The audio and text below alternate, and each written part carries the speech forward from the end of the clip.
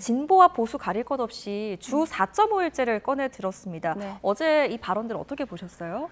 이제 그 김문수 후보하고 이제 이재명 후보의 정책적인 이제 비교를 우리가 하면 이게 노동시간 단축의 필요성에 대해서는 공감을 하는 것 같아요. 근데 접근 방식하고 정책 그 방향에서 좀 차이가 있었다라고 볼 수가 있는데요.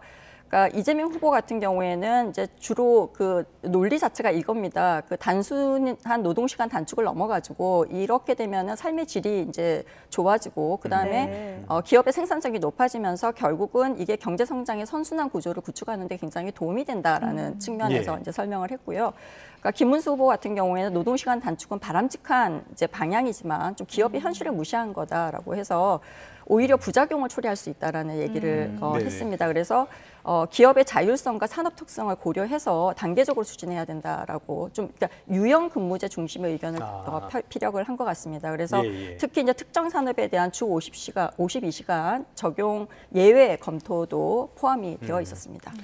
저는 이 이야기를 듣고 그런 생각이 들더라고요. 아니 물론 근무일이 줄어들면 저 같은 사람이야 좋습니다만 안 그래도 지금 자영업자 소상공인들은 극한의 처지에 내몰린 상태인데 4.5일제로 했을 때 어떤 부작용은 없을까 이런 우려가 들던데 교수님은 어떻게 보세요? 그러니까 아무래도 이제 그 아까 방금 얘기했던 것처럼 이제 중소기업이라든가 영세기업의 경우에는 이제 그 비용 부담이 굉장히 큰 이제 이슈가 좀 될 수가 현실적인 비용 문제가 가장 큰 이슈가 되겠죠, 그죠? 그래서 중소기업의 입장에서는 경영 부담이 좀 중요한 이슈가 될 것 같고 아마 이제 좀 장기적인 차원에서는 이제 그 우리 2004년도에 한번 그 주 5일제 할 때 찬반 논란이 있었잖아요. 있었죠. 그때도 마찬가지 똑같은 논란이었거든요. 그러니까 노동의 질 향상이나 아니면은 이걸 통해 가지고 생산성이 증가할 거라는 찬성 논의하고 그다음에 반대 논란에는 방금 얘기한 것처럼 기업에 굉장히 큰 부담이 갈 것이라는 논란이었는데 결국은 5일제가 지금 정착이 됐고 그다음에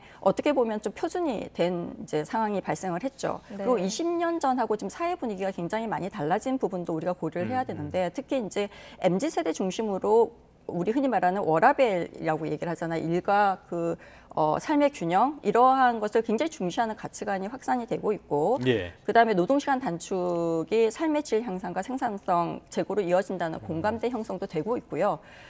기업 입장에서 굉장히 그 비용으로 그 부담이 되게 되면 결국은 임금 감소로 연결될 가능성이 있다라고 하는 주장도 있습니다. 이제 이런 경우에 설문 조사를 한 그 찬반이 있었는데 이때 임금이 감소하면은 나는 그 노동시간 단축하지 않겠다라는 거에 훨씬 더 많은 사람들이 투표를 한 것으로 나타났습니다. 일종의 조사모사밖에 안 될 테니까 그거는 뭐 반대를 할 수밖에 없을 것 같습니다.